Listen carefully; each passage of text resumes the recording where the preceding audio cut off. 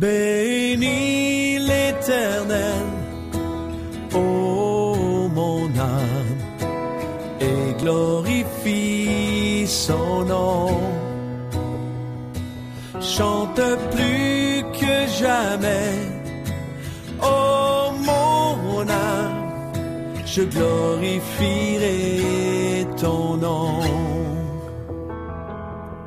Voici l'aurore, le jour se lève, tout à nouveau je veux chanter, malgré les circonstances et ce qui pourrait m'attendre. Le soir encore, je te chanterai. Oui, bénis l'Éternel, ô mon âme, et glorifie son nom. Chante plus que jamais, ô mon âme, je glorifierai ton nom. Tu es bonté, lent à la colère, ton nom est grand et ton cœur est bon. Pour tes bienfaits je chanterai sans cesse. Sans nombre sont les raisons de mon cœur.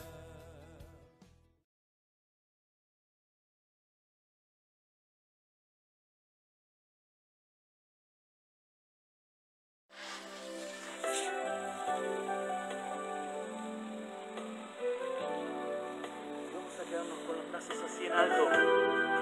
Es un buen momento para rendirnos al Señor. Bonjour et bienvenue sur la chaîne intitulée, la chaîne appelée Stop au catholicisme. Stop au catholicisme. Le thème que j'aimerais toucher avec toi ce matin s'intitule Les mensonges de Satan autour de la figure de Marie. Les mensonges de Satan autour de la figure de Marie. Mon ami,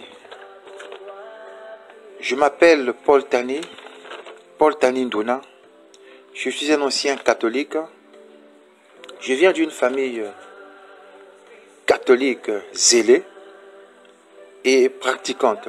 Une famille qui vraiment pratique le catholicisme. Donc j'ai grandi dans le catholicisme. On était zélés.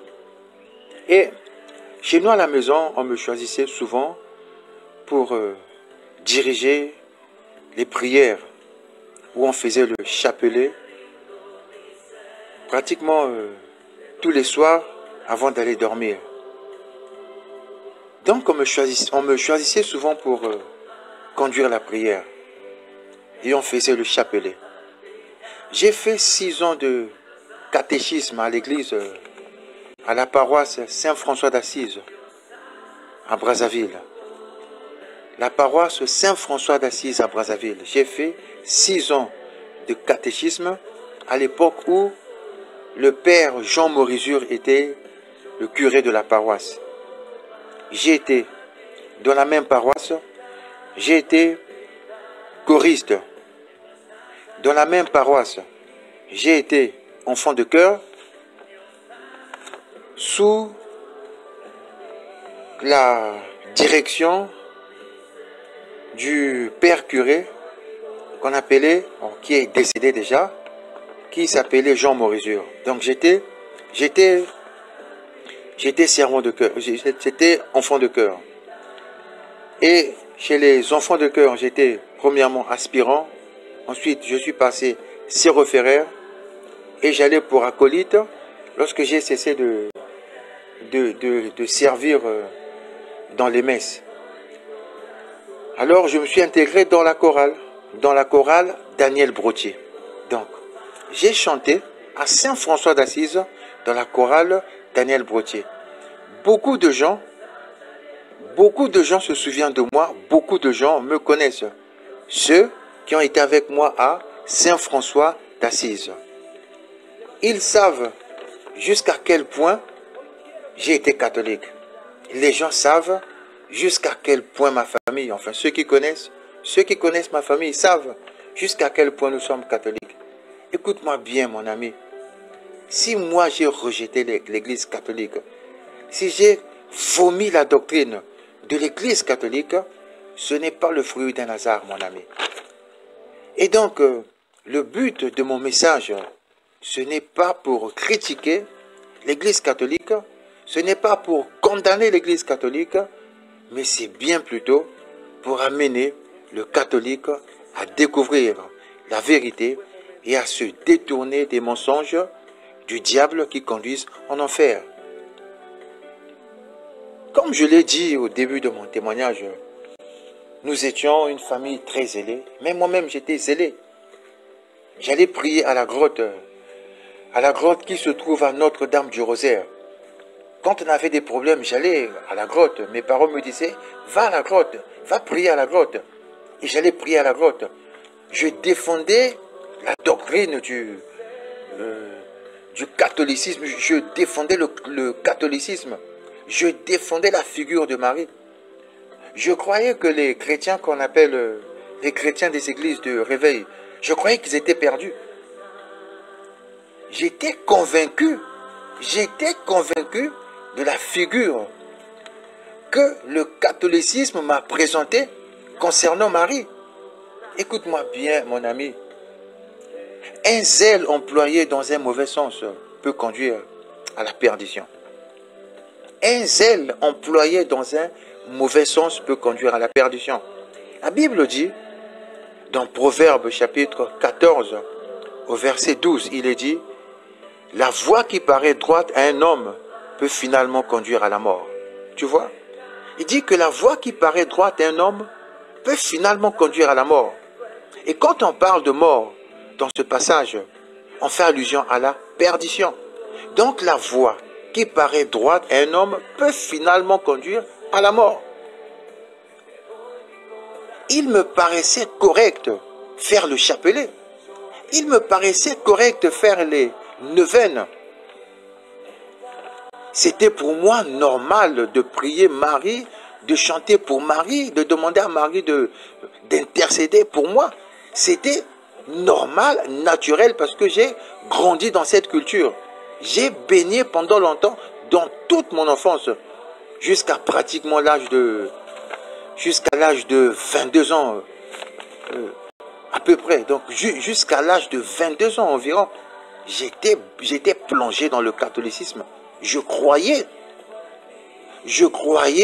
en tout ce que les parents m'ont transmis comme héritage spirituel.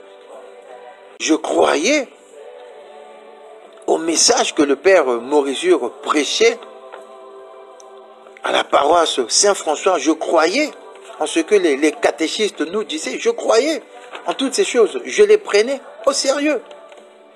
Jusqu'au jour où j'ai découvert la vérité. La Bible dit que la voie qui paraît droite à un homme peut finalement conduire à la mort. Et l'apôtre Paul, dans Philippiens chapitre 3 au verset 6, l'apôtre Paul nous fait aussi son témoignage. Il dit ceci, dans Philippiens chapitre 3 au verset 6, il dit, du point de vue du zèle, j'étais persécuteur de l'Église. Donc l'apôtre Paul croyait servir le Dieu d'Israël, il croyait servir Yahvé Dieu en persécutant l'Église. Il croyait que les chrétiens étaient des hérétiques. Il croyait que tous ceux qui avaient cru au message de Jésus étaient dans l'erreur. Et lui, en tant que pharisien, s'était acharné contre l'Église. Il la persécutait à mort. Tu vois, mon ami? Donc, on peut employer un zèle pour Dieu, mais dans un mauvais sens. La Bible dit que mon peuple périt par manque de connaissance. Mon peuple périt faute de connaissance. Et l'apôtre Paul, dire encore ceci dans 1 Timothée chapitre 1 au verset 13. 1 Timothée chapitre 1 au verset 13, l'apôtre Paul dit ceci. Moi qui étais auparavant un blasphémateur. Pourquoi? Parce qu'il poussait les chrétiens de blasphémer. Il poussait tous ceux qui croyaient en Jésus-Christ de blasphémer. Il dit, moi qui étais auparavant un blasphémateur. Non pas qu'il blasphémait contre Yahvé, mais il faisait blasphémer les chrétiens parce qu'ils ne croyaient pas au message de Jésus-Christ. Il dit, moi qui étais auparavant un blasphémateur, un persécuteur, un homme violent. Pourquoi? Parce qu'il faisait incarcérer les chrétiens. Il s'était déchaîné à mort contre l'église du Christ. Il était même présent lorsqu'on a lapidé Étienne. Il était là. Il a approuvé le meurtre d'Étienne. Il dit du point de vue du zèle, j'étais persécuteur de l'église. Et il dit dans 1 Timothée chapitre 1 verset 13, il dit, moi qui étais auparavant un blasphémateur, un persécuteur, un homme violent. Il dit, cependant, il m'a été fait grâce parce que j'agissais par ignorance dans mon incrédulité. Il agissait par ignorance dans son incrédulité vis-à-vis de Jésus, dans son incrédulité vis-à-vis du message que les apôtres Pierre, Jean, Jacques et les disciples prêchaient. Il était incrédule par rapport à ce message. Il ne croyait pas. Il croyait que les chrétiens étaient dans l'erreur. Et donc il les a persécutés. Mon ami, écoute-moi bien. Un zèle peut être employé pour Dieu, mais dans un mauvais sens. Dans un mauvais sens. Alors, j'aimerais que tu découvres, premièrement, qui est Marie. Qui est Marie? Écoute-moi bien. Marie était une femme qui avait trouvé grâce auprès du Seigneur. Marie est une femme, écoute-moi bien, Marie est une femme qui avait trouvé grâce auprès du Seigneur. Le mot grâce veut dire faveur imméritée. Elle a trouvé grâce auprès du Seigneur. Pourquoi? Parce que le Seigneur l'avait choisi comme moyen par lequel il allait passer pour sauver l'humanité. Donc Marie est le moyen que le Seigneur avait choisi pour sauver l'humanité. Et ce choix était motivé tout simplement par une grâce, une décision que Dieu avait prise. Il dit, je fais miséricorde, à qui je fais miséricorde, j'ai compassion de qui j'ai compassion. Dieu s'est basé tout simplement sur une décision, de manière souveraine. Une décision qui n'avait aucun rapport avec tes mérites. Allons-y dans Luc chapitre 1. Ouvre ta Bible dans Luc chapitre 1 et ensemble, lisons le verset 28. Luc chapitre 1 et ensemble, lisons le verset 28. Il est dit, l'ange entra chez elle, c'est-à-dire chez Marie. L'ange entra chez elle et dit, je te salue à toi, il dit, je te salue, toi à qui une grâce a été faite. Le Seigneur est avec toi. Tu entends? Il dit, je te salue, toi à qui une grâce a été faite. Ça veut dire, toi qui as trouvé quoi? Toi qui as été choisi tout simplement parce que Dieu a pris une décision. Dieu a pris d'une manière souveraine une décision de passer par toi. Grâce, une faveur imméritée. Toi à qui une grâce a été faite. Ça veut dire une faveur imméritée a été accordée. Toi à qui une grâce a été faite. Écoute-moi bien. La virginité en Israël était stipulée par la loi de Moïse. La loi de Moïse ordonnait aux jeunes filles de garder leur virginité jusqu'au mariage. Donc ce n'était pas quelque chose d'exceptionnel, c'était une ordonnance stipulée par la loi de Moïse. Il y avait plusieurs vierges il y avait plusieurs vierges en Israël. Mais c'est la seule vierge sur laquelle le Seigneur avait porté son regard d'une manière souveraine, non pas en se basant sur des critères de mérite. Ça n'a aucun rapport avec les critères de mérite, mon ami. Aucun rapport avec les mérites. Toi à qui une grâce a été faite. Donc Marie est une femme qui a trouvé grâce auprès du Seigneur. Une femme qui a reçu de Dieu une faveur qu'elle n'avait pas méritée. Dieu s'étant basé sur une décision souveraine. Et Marie dira ceci. Marie dira ceci. Luc chapitre 1, verset 38, il est dit, Marie dit, je suis la servante du Seigneur, que ta parole s'accomplisse pour moi. Je suis la servante du Seigneur. Écoute-moi bien. Elle dit, je suis la servante du Seigneur, que ta parole s'accomplisse pour moi.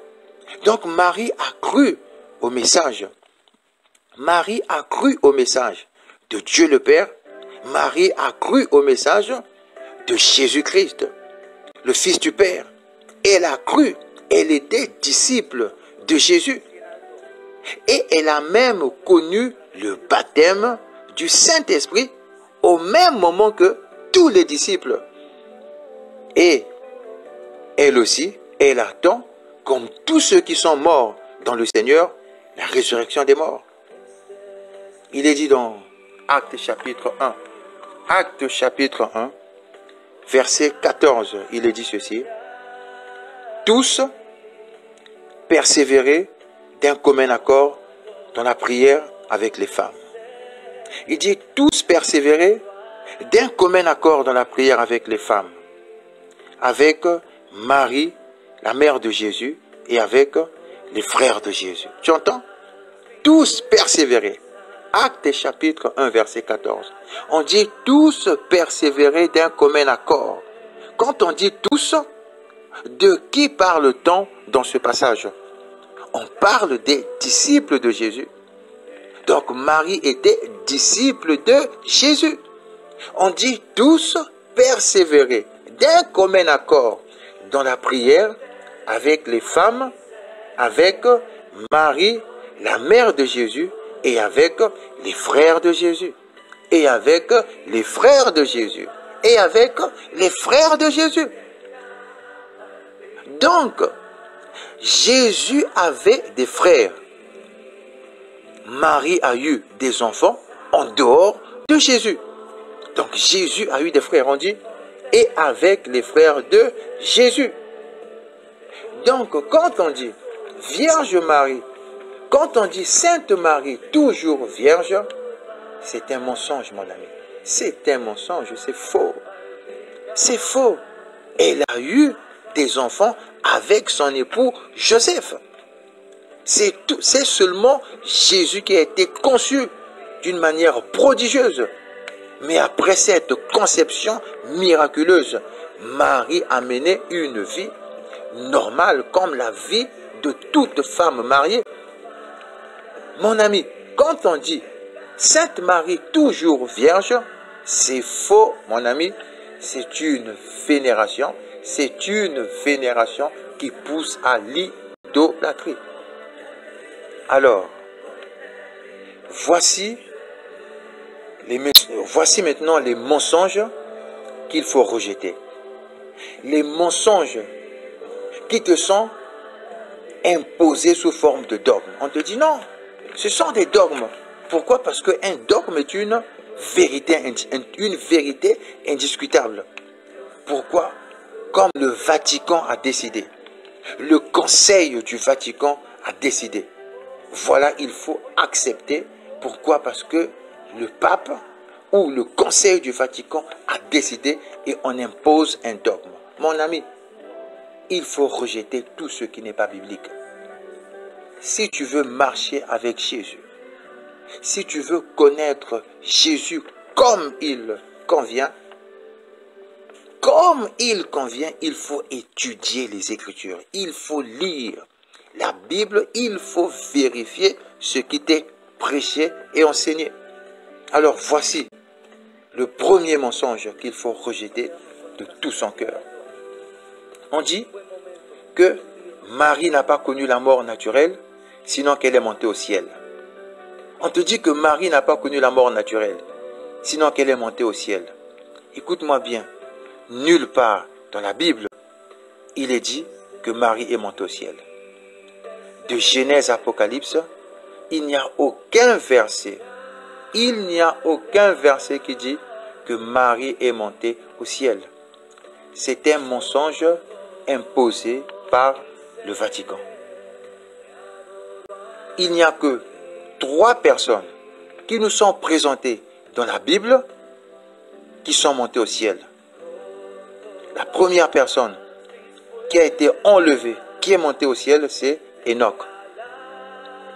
La deuxième personne qui est montée au ciel, c'est le prophète Élie.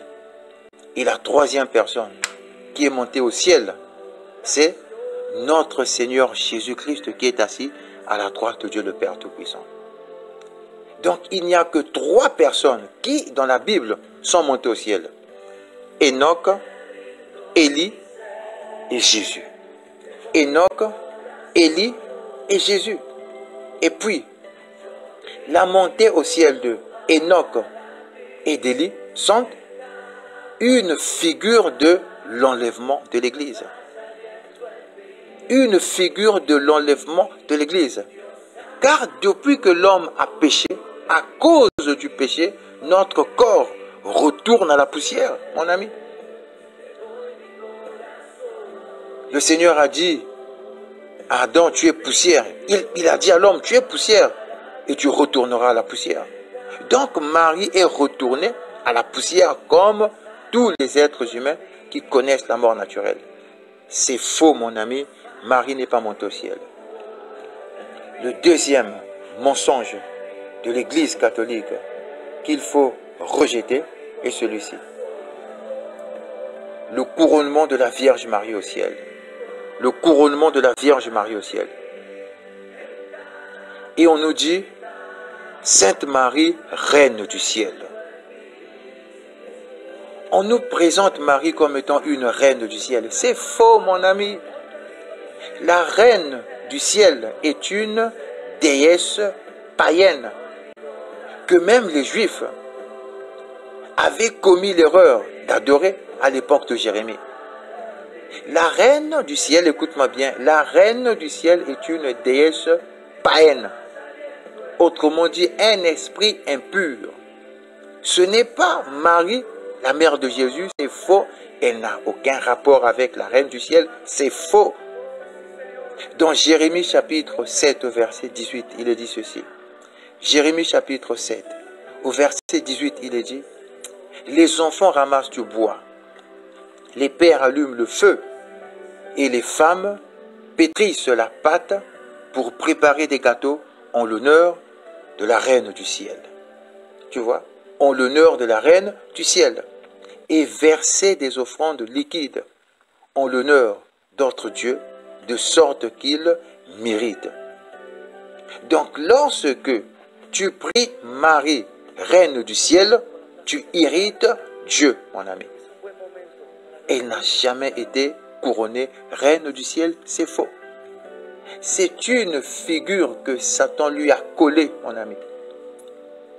Marie en elle-même, celle qui permet à Dieu de devenir chair et d'aller à la croix, Marie, cette femme dont nous devons suivre l'exemple en termes d'obéissance à Dieu, n'a aucun rapport avec tout ce qui est dit par l'Église catholique à son sujet.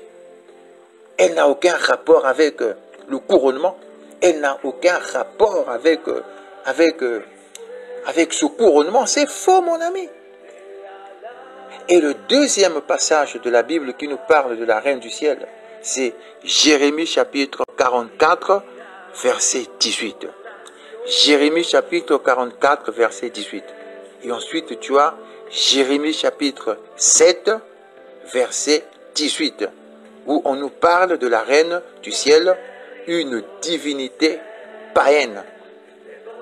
Et derrière, écoute-moi bien, derrière chaque divinité païenne agissent des puissances des ténèbres. Donc lorsque tu pries Marie, en fait, sur le plan spirituel, tu entres en communion avec les puissances des ténèbres. Sur le plan spirituel, tu entres en communion avec les puissances des ténèbres.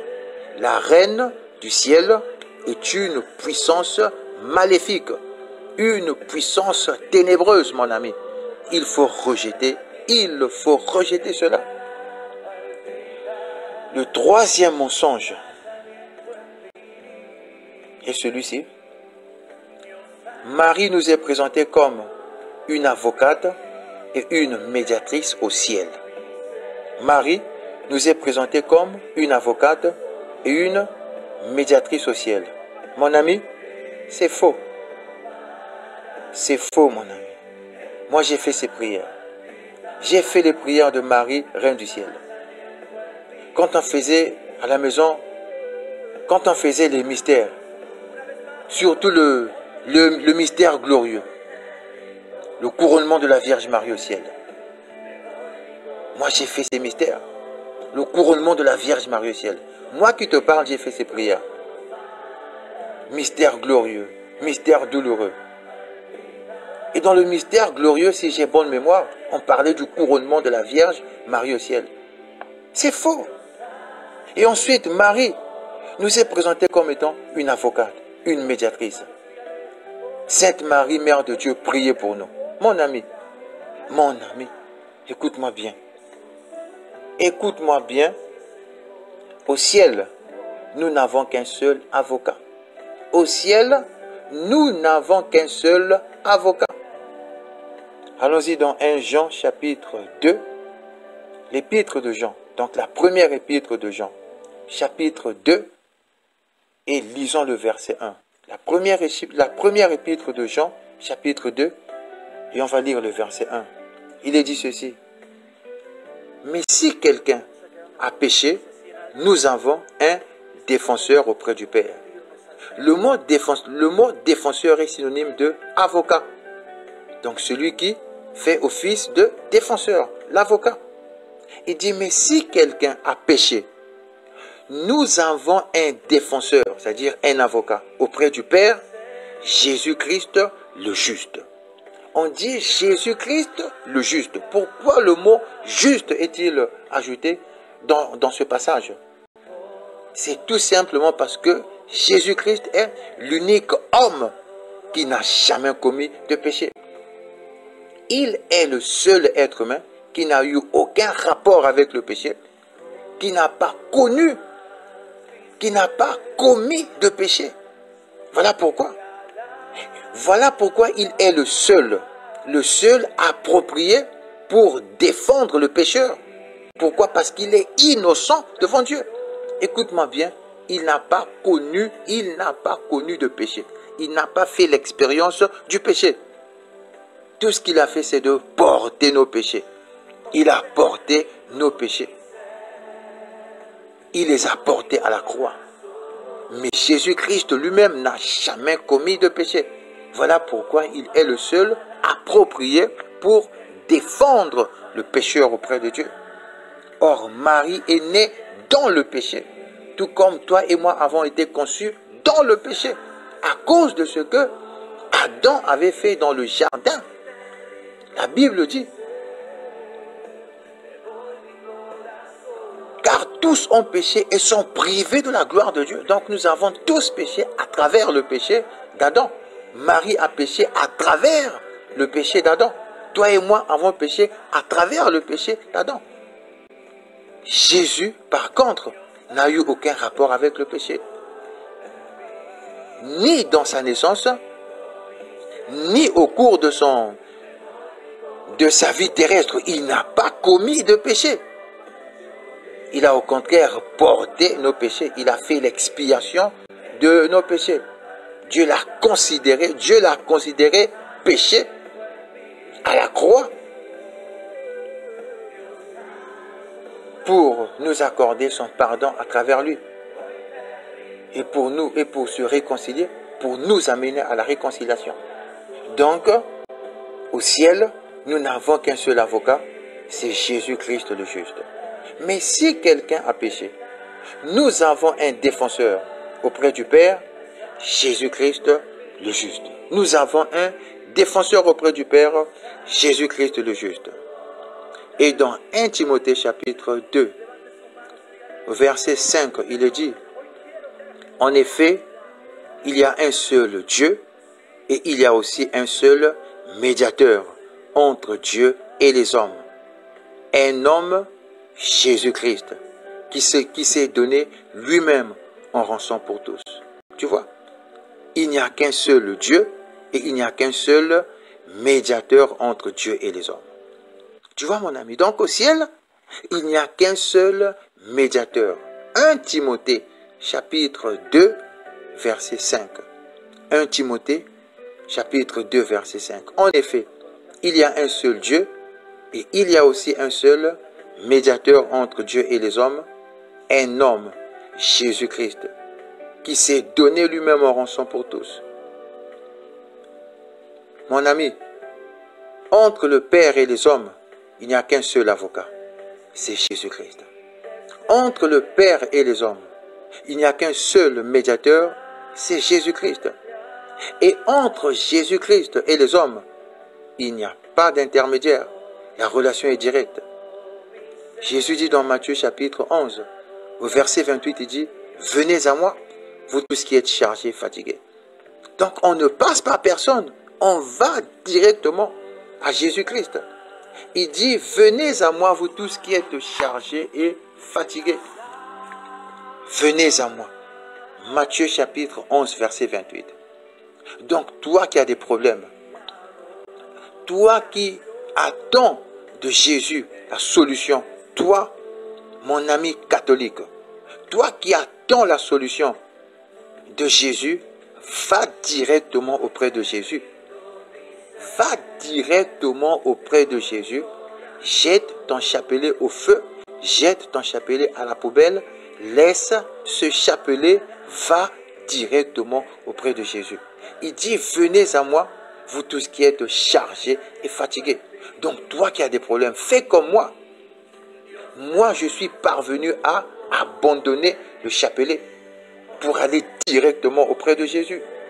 Et Jésus dit dans Jean chapitre 6, au verset 37, écoute-moi bien, écoute ce que le Seigneur Jésus dit.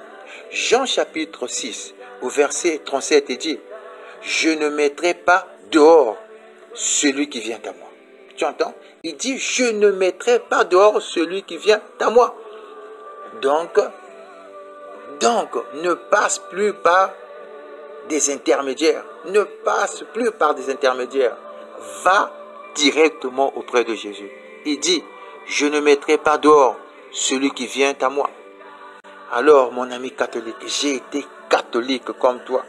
J'ai été très catholique comme toi. Et si je suis parvenu à abandonner le catholicisme, parce que je crois que toi aussi, tu peux le faire. Tu peux te détourner de l'idolâtrie et venir à Jésus-Christ, mon ami. Écoute-moi bien. Dans ma famille, nous sommes 6 enfants. Le reste est encore catholique. Je suis le seul. Est-ce que tu vois? Je suis pratiquement le seul qui a rejeté l'Église catholique. Le seul. Tu vois? Tu vois le contexte dans lequel je me trouve? Je suis parvenu à vomir ces mensonges. Je suis parvenu à rejeter ces mensonges. Si tu crois de tout ton cœur, si tu crois de tout ton cœur, et si tu commences à remettre en question tous les dogmes qu'on t'a imposés, et prendre la Bible, vérifier si tout ce que je te dis est vrai, mon ami, le Saint-Esprit va t'éclairer. Le Saint-Esprit va éclairer ton cœur. Le quatrième point est ceci. Marie nous est présentée comme une intercesseuse au ciel. C'est faux, mon ami. C'est faux, mon ami. Dans Romains chapitre 8, au verset 34. Romains chapitre 8, au verset 34, il est dit, Christ est à la droite de Dieu et il intercède pour nous. Tu entends? Christ est à la droite de Dieu et il intercède pour nous. Donc nous n'avons qu'un seul intercesseur au ciel, c'est Jésus-Christ. Ce n'est pas Marie, mon ami, ce n'est pas Marie. Au ciel, il n'y a qu'un seul intercesseur, c'est Jésus-Christ de Nazareth. C'est Jésus de Nazareth. Romains chapitre 8, verset 34. Romains chapitre 8, verset 34. Jésus-Christ est assis à la droite de Dieu le Père et il intercède pour nous, mon ami. Il est l'unique intercesseur. Il est l'unique avocat. Il est l'unique médiateur. Il est l'unique chemin. C'est lui la porte, mon ami. C'est lui le chemin. C'est lui la vérité. C'est lui, mon ami. C'est Jésus-Christ de Nazareth. Et l'apôtre Paul, sous l'inspiration du Saint-Esprit, dira ceci dans Galates, chapitre 1, au verset 8. Paul dit ceci. Mais si quelqu'un, même nous-mêmes, ou même un ange venu du ciel, vous annonçait un évangile différent de celui que nous vous avons prêché, qu'il soit maudit. Tu entends? Et dit, mais si quelqu'un, même nous-mêmes, ou un ange venu du ciel, vous annoncez un évangile différent de celui que nous avons prêché, qu'il soit maudit, mon ami. Qu'il soit maudit. Alors je te pose une question. Est-ce que la vénération de Marie a été prêchée et encouragée par les apôtres? Est-ce que faire les prières à Marie a été encouragé par les apôtres? Est-ce que c'est le message que les apôtres ont prêché? La Bible dit, mais si quelqu'un, même nous-mêmes, ou même un ange venu du ciel, vous annoncez un évangile différent de celui que nous vous avons prêché, qu'il soit maudit. Mon ami, cet évangile où on encourage les gens à prier Marie, où on encourage les gens à adorer Marie, où on encourage les gens à chanter des chansons pour Marie, où on encourage les gens à faire le chapelet, où on encourage les gens à aller dans les grottes pour prier Marie représentée par une statue. Est-ce que les apôtres ont prêché ça, mon ami? Est-ce que les apôtres du Seigneur Jésus-Christ ont prêché cela? Et la Bible dit, mais si quelqu'un, même nous-mêmes, ou même un ange venu du ciel vous annonçait un évangile différent de celui que nous vous avons prêché, qu'il soit maudit, mon ami. Qu'il soit maudit. Qu'il soit maudit. Qu'il soit maudit. Galates chapitre 1, verset 8. Galates chapitre 1, verset 8. Galates chapitre 1, verset 8. Alors, mon ami catholique, je te prie, par les compassions de Dieu, de vérifier tout ce qu'on te dit à l'église catholique. Vérifie dans la Bible si ce qu'on te dit est vrai, mon ami. Tout ce dont j'ai parlé, mon ami, je t'exhorte à vérifier tout ce dont je t'ai parlé. Vérifie avec ta Bible.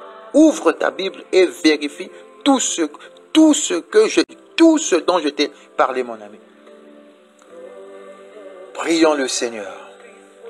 Père éternel, je te prie, dans le nom de ton Fils Jésus-Christ, d'illuminer les yeux de tous les catholiques qui vont écouter ce message, afin qu'ils découvrent, Seigneur, la vérité et se détournent du mensonge du diable.